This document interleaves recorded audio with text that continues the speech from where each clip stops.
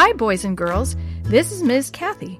I'm so happy you've joined me today for another story just for you. Today's story is Chapter 4, On the Road. Look, look, look, Chris said excitedly. It's the map! The others crowded around as Chris pulled off the paper covering the map. He slipped his fingers under it to pull it out. Careful, Mrs. Shue warned. It's been there a long time. We don't want to tear it. Chris carefully lifted the folded map from its hiding place inside the front cover of the book. The paper crackled as he opened it up and tried to lay it flat on the table in front of them. Careful, Mrs. Shue said again. Ooh, everyone said. The map seemed to be made out of some sort of thick paper that had become brittle. It was yellow with age, and the writing and drawing were faded in several places. Let me get a magnifying glass, Mrs. Shue said. I would suggest drawing the map again on another piece of paper, she said, reaching into a drawer for paper, a pen, and a magnifying glass.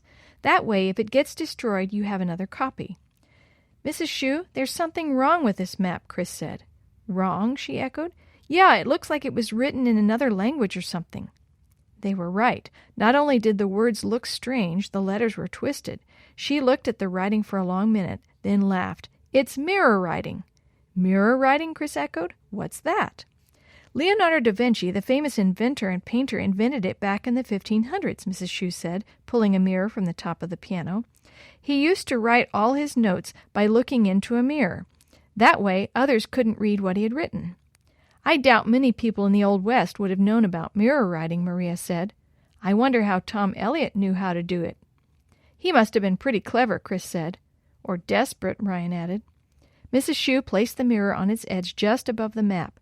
Immediately, the kids recognized Mill Valley and began to read the notes written there. Let's see. That looks like it says 2 crows. And that says, what is that? Willie said. Sombrero, Chris and Maria said together. It's a Mexican hat with a wide brim. Boy, he sure had sloppy handwriting, Jenny said. Well, what do you expect? Chris responded. Try writing in the mirror and see how neat your handwriting is. It looks like, Maria said carefully after a long pause, we're supposed to start here at the river. We look for what he calls 2 crows. Then we head toward the sombrero.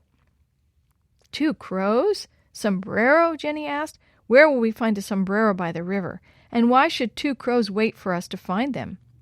I don't think he was talking about real crows, Jenny, Mrs. Shue said. It was probably like a tree or a hill or boulders, something that looked like crows. Let's hope it was a hill or boulders, Chris said. Then it's likely to still be there. Remember what I said about the changing geography, Mrs. Shue said. Okay, here's what we should do, Maria started to say. Wait a minute, it's my map, Sis, Chris said. I should be in charge. Okay, Maria said. You tell us what the plan is then. Everyone was quiet as they waited for Chris to speak. Finally he said, let's hear Maria's idea. Maria smiled. Most of the river has a parkway along it. That will make it easy for us to ride our bikes along it and for Willie's wheelchair. Everyone nodded. Let's ask our parents for permission to ride our bikes tomorrow and follow the trail along the parkway. We'll start at Northwood Mall and follow it all the way down to Lookout Point. That way, if there's anything that looks like 2 crows along the way, we'll see it, Jenny added. Mr. Shue loves to bike ride, and he has tomorrow off from work, Mrs. Shue said. I'm sure he'd be glad to ride with you. That sounds good to me, Chris said. Me too, the others said. Great. We'll meet at 9 o'clock tomorrow morning, Maria said. A clear blue sky and fluffy white clouds the next morning made it a perfect day for bike riding. None of the kids had trouble getting permission to ride bikes along the parkway. Their parents dropped them off as planned and agreed to meet them at Lookout Point with sack lunches about noon. The bike ride and the weather were so enjoyable that Chris almost forgot why they were there. He, Mr. Shue, and Ryan raced for a while. Then he dropped back to talk to Dee Dee as they pedaled along. Have you thought any more about the baptismal class? Dee Dee asked. Chris shrugged. I guess so. I don't know for sure what I want to do. Well, maybe it's better that you wait, Dee Dee said. I mean, if you don't know what you want. Remember what Mrs. Shue said. It's only valuable if you make it that way. Chris nodded. What about you? Why do you want to be baptized?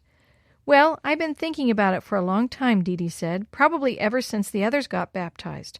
I know I don't always act like a Christian, but I want to be one. I want Jesus to make me into a better person and take me to heaven.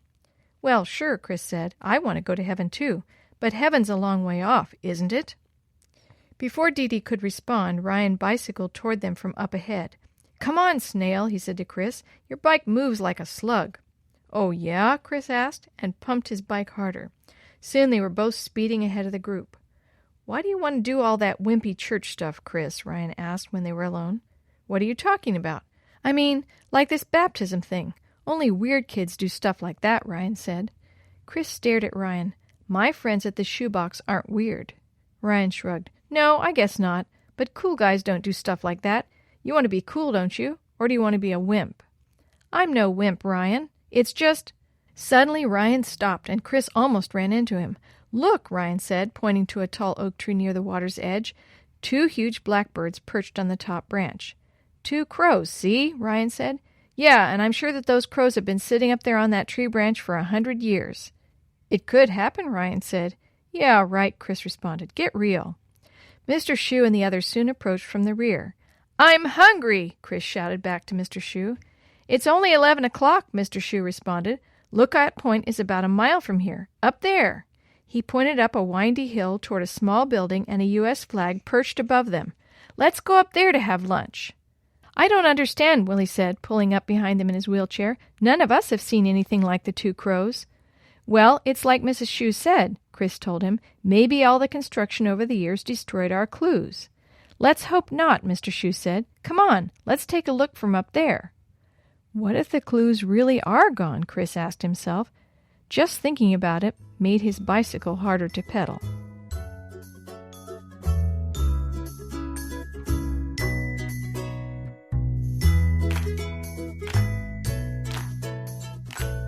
The story you have heard today is a chapter of the Shoebox Kids, Book 1, The Mysterious Treasure Map. It was written by Jerry D. Thomas and used with permission from the Pacific Press Publishing Association. If you're interested in any other books published by the Seventh-day Adventist Church, please visit AdventistBookCenter.com or call 1-800-765-6955.